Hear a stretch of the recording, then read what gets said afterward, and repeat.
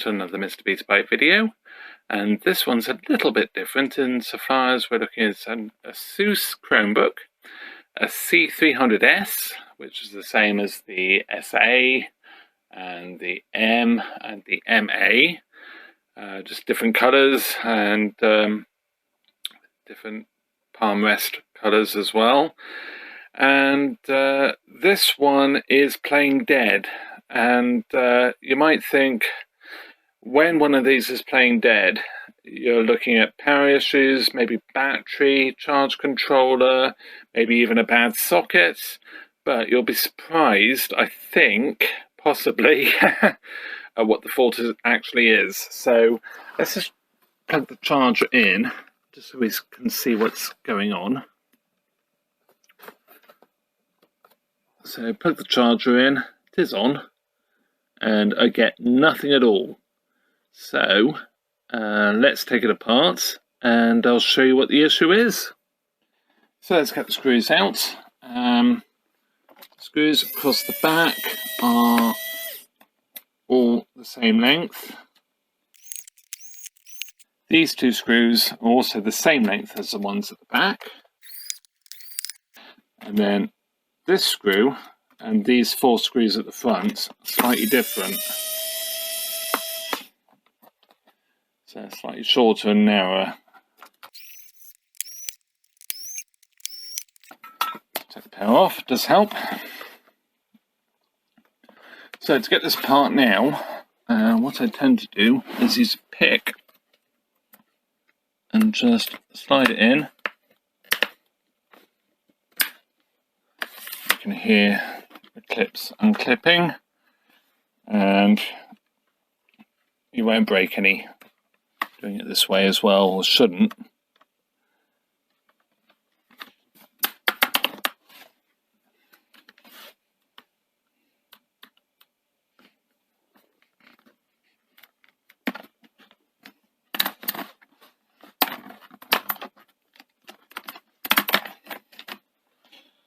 Okay, so remember, we have no charging.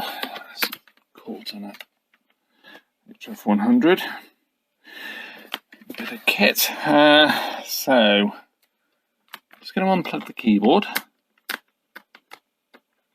So lift up the tab, pull out the keyboard, turn this round, let's see what happens. Because you never know, it could be dead. And there we go. You can see it's now charging, and it is actually a keyboard fault. You can see the actual Chromebook is actually booting up. So it's not dead at all, and it's a really odd fault. So, knowing we've got a bad keyboard, and in this case, this is from a school, and at the sort of early stages of the COVID pandemic, they were advised to wipe the keyboard with alcohol wipes, and that has actually damaged the keyboard over time. Basically, they said to wipe the keyboard, leave it wet for 5 minutes, and it's inevitable, it's going to break the keyboard. I've done so many of these, it's unreal. So with that, let's change the keyboard. I have to say that previously I have been replacing just the whole palm rest, which is obviously more expensive than just changing the keyboard, but the keyboard is actually spotted onto the plastic palm rest. So what I'm doing now, and I can get them as well, these have been really difficult to get hold of. Any sort of keyboard for Chromebooks has been a nightmare to get in the UK anyway. But I've sourced these. I bought one as a sample, and it worked really, really well. I was really pleased with it. And what's nice about it is, especially for schools, you can see the letters are actually bigger, clearer. It's a clearer keyboard, and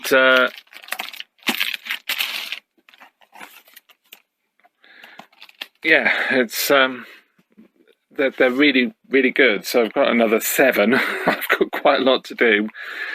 So yeah, so basically this now needs to be peeled off, and I try and be careful with the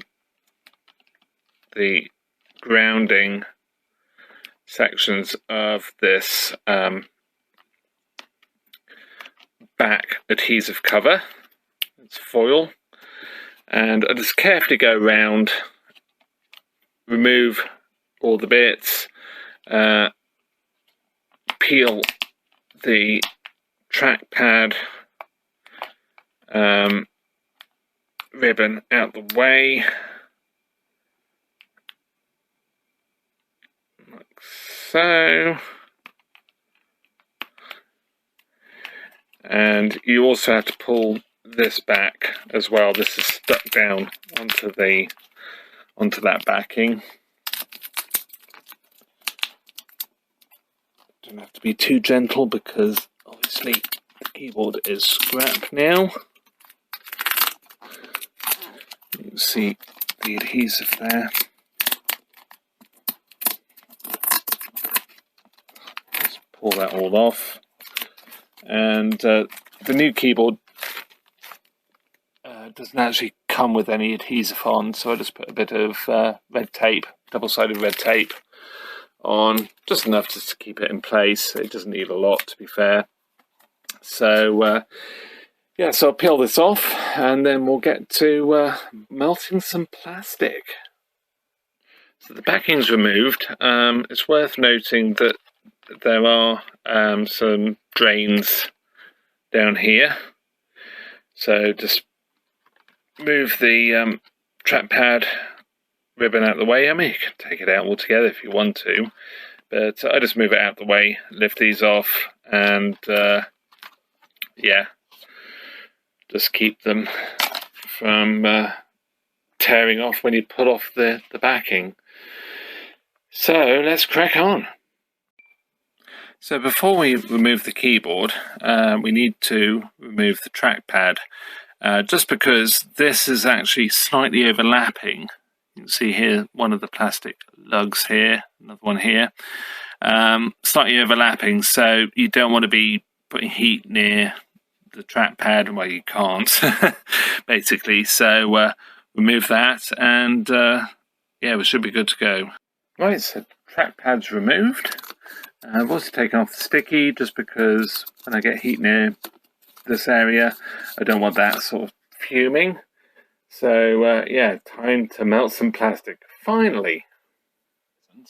What I'm actually using is a hot air gun set to about 144 degrees. I mean, it really depends on your setup and just basically what you're using as well.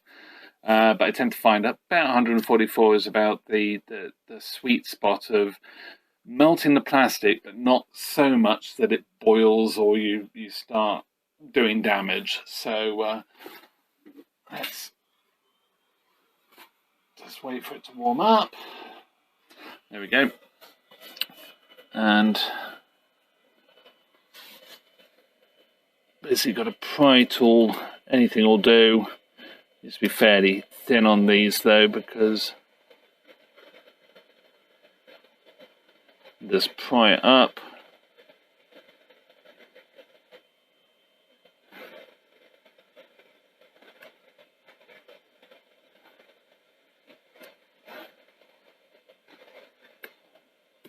You don't need an awful lot of heat. You don't want to put too much heat through, as it will cause bad things to happen.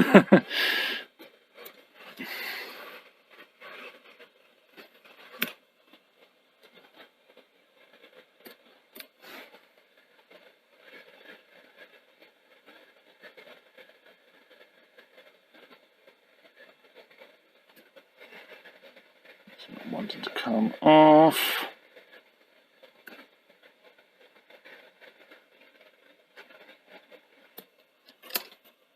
And then you should then be able to just use your fingers without getting burnt.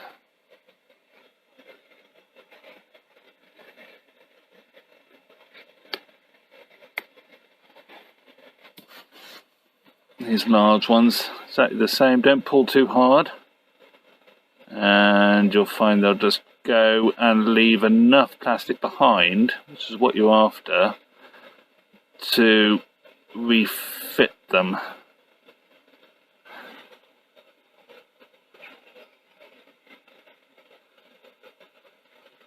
Refit the new keyboard.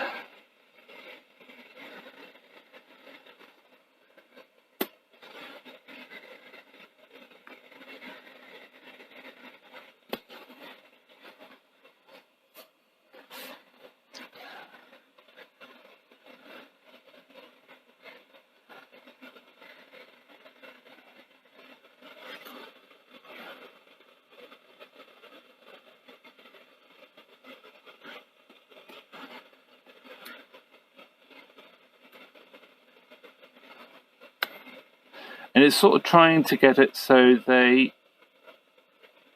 do go through as uniformly as possible as well, because you can press the new keyboard on and then melt the plastic back down with a soldering iron. I'll show you that process.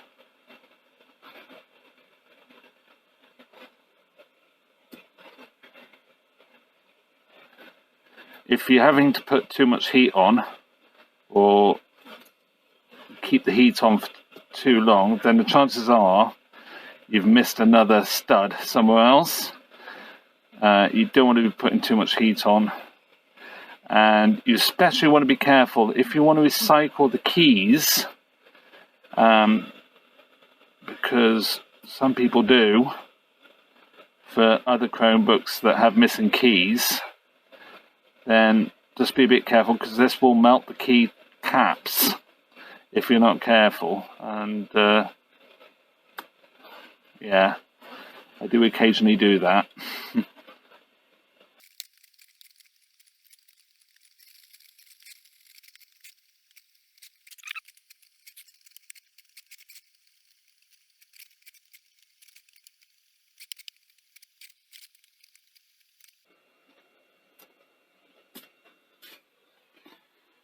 So there we go.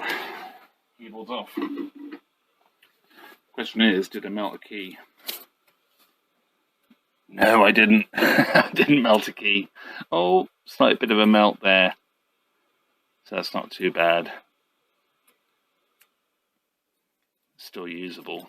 But yeah, it just blows through slightly. So yeah, cool. So the new keyboard is here.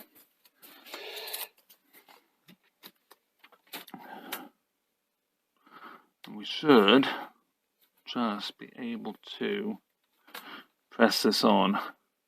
Now this is by no means going to stay, because as I move it about to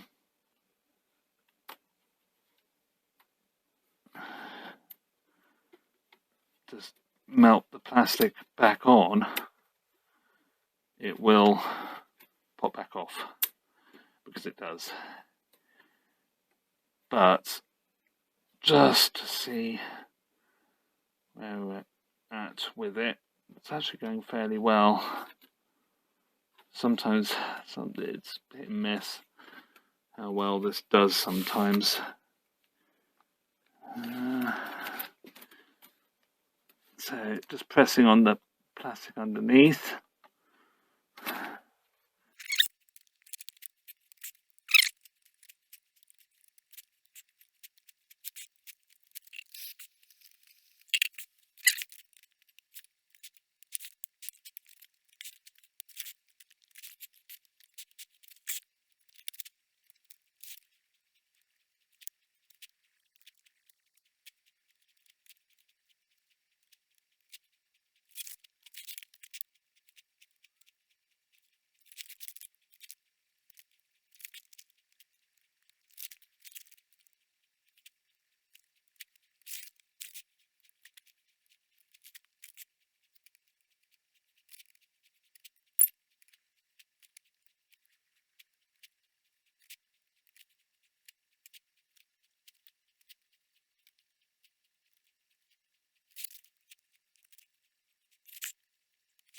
Okay, so there we have it. It's actually pretty even, and I'm pretty pleased with that. That's pretty good. So I've used the iron, I've actually set the iron on here for 255-ish degrees centigrade, Celsius. And that seems to be about the sweet spot.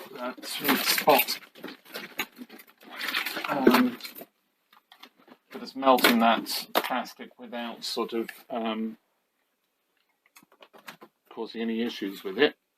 So what I do next is I use a glue gun, and I just put a bit of glue around all the corners, and it just adds a little bit of extra strength, because obviously, even though I have pressed all those plastic, if you like, rivets through, they are weakened, and they are never going to be quite as strong. And this is going to be used in school as well.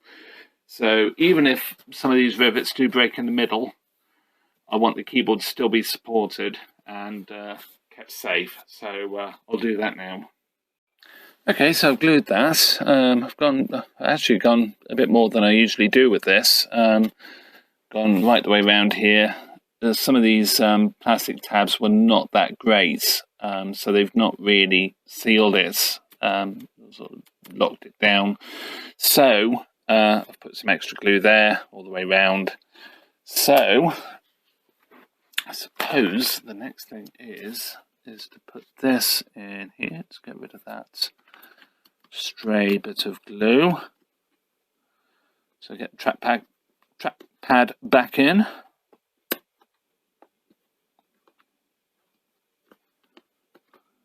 If we can.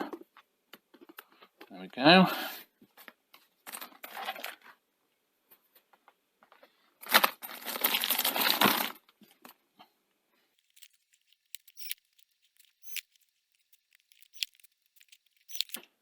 Cool. And then I'll put this back on. I don't worry about putting new adhesive on this backing for the keyboard. It's possibly something I should do, but generally they seem to stick down fairly well. It's quite cold in here tonight, which doesn't help.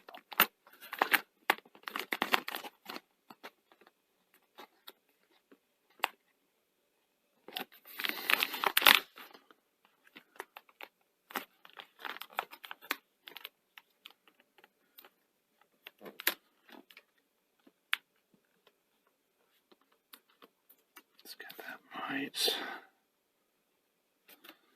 Holes located.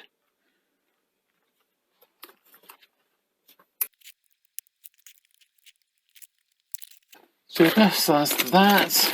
Then I use some red tape, and just put some red tape on the back of here.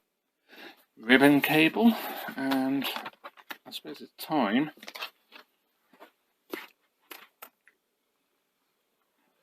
to put this back together. And of course it's powered up because I've opened the lid.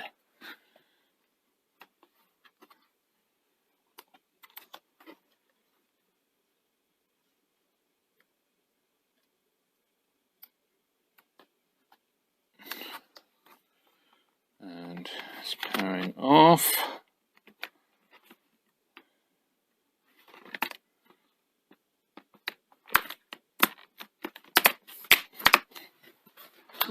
So I'm going to take the risk and clip it all down.